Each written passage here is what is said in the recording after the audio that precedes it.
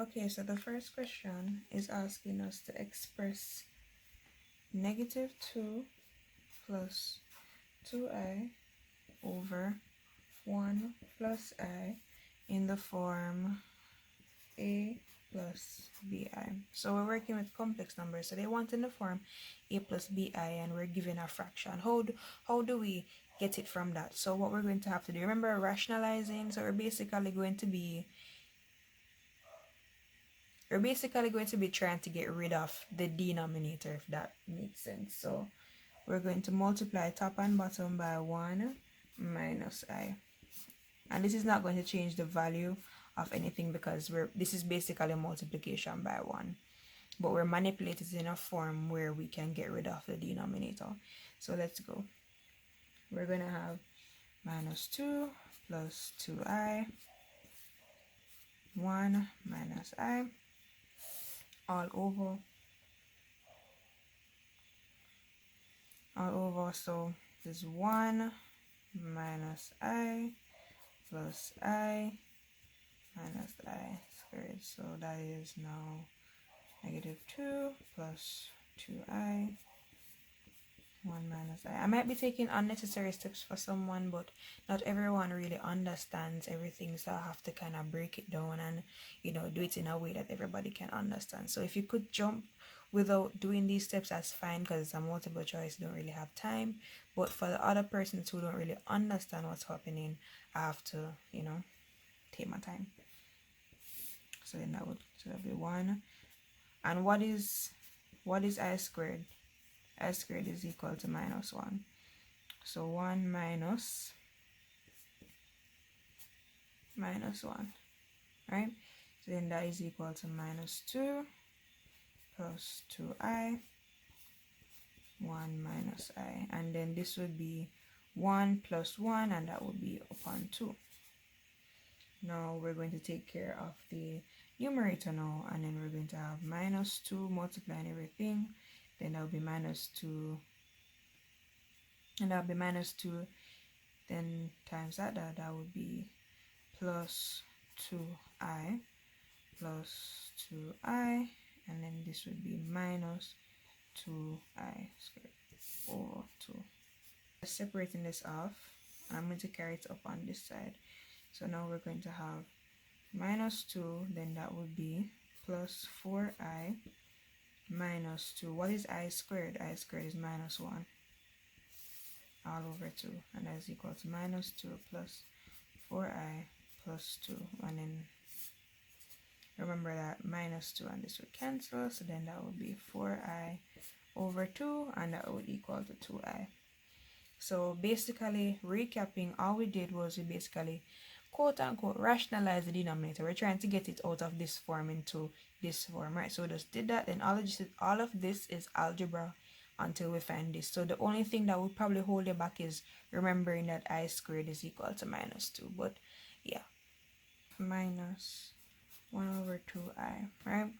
So the way how we find the modulus of a complex number, say for instance a plus bi, we're going to find the square root of a squared plus b squared.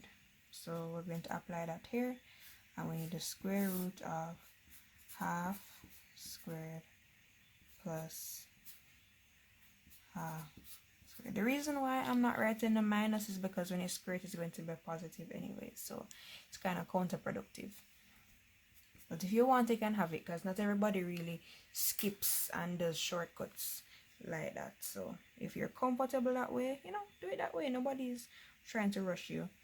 And then that now is going to be the square root of a quarter plus and that's now going to be the square root of a half. So now if you remember anything from surds, square root of a half is equal to 1 over root 2. If you're in the exam and you get this and you don't see it as the answer, you can find the decimal. You can find the decimal version of this, and then just find decimal version of everything in the multiple choice. It won't take you that long. That's if you don't know. But if you know, it's perfect. But if you don't know, well, you can't really kill up yourself. So the way how you're going to do this is going to remember the rule that you have root 1 over root 2, and root 1 is equal to 1. That's how you get it. But if you don't get it, nothing is wrong. Nobody will judge you or nothing, you know. So for this question number 4, where we have cos pi over 4 plus I sine over 4 to the 4. So we remember the Marx theorem, right? Where you will have, in essence, it's saying that cos plus I sine theta raised to the p is equal to cos p theta plus I sine p theta, right? So if you look at it like this now, this would be the theta, this would be the p. So in essence, the Marx theorem is saying that you will have cos 4 times, you'll have cos 4 pi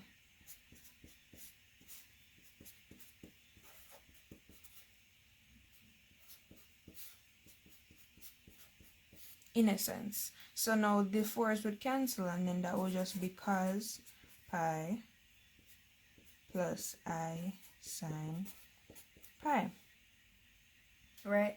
And now if we set our calculators in radians now to try to find what is cos of pi and what is sine of pi, now we know that sine of pi is going to be equal to 0. So that would be 0, and then cos of pi will be equal to -1.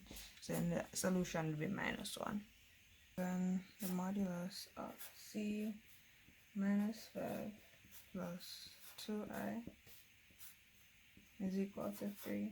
And we're asked to find the locus of the point x, comma y. So basically the first thing that we're going to need to do is get it into standard form. Okay, so we know that this is the equation of a circle. We know that. And even if you never know it, you could look at the options and see everything as a circle. So it's the equation of a circle. So if we remember the equation of a, so we need to have it like this. So z minus something. So it's z minus something. So open bracket.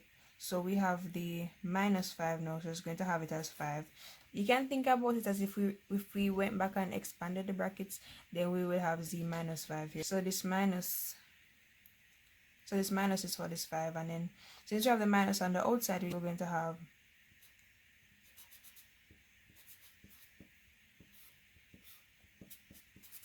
three. And then we're saying, okay, all right, this is working out, this is going well. And then we're saying, okay, so it is a circle of center 5, 2. So this is HK. So we have 5, comma, not 2, -2, I'm sorry. And then the radius would be this one, which is 3.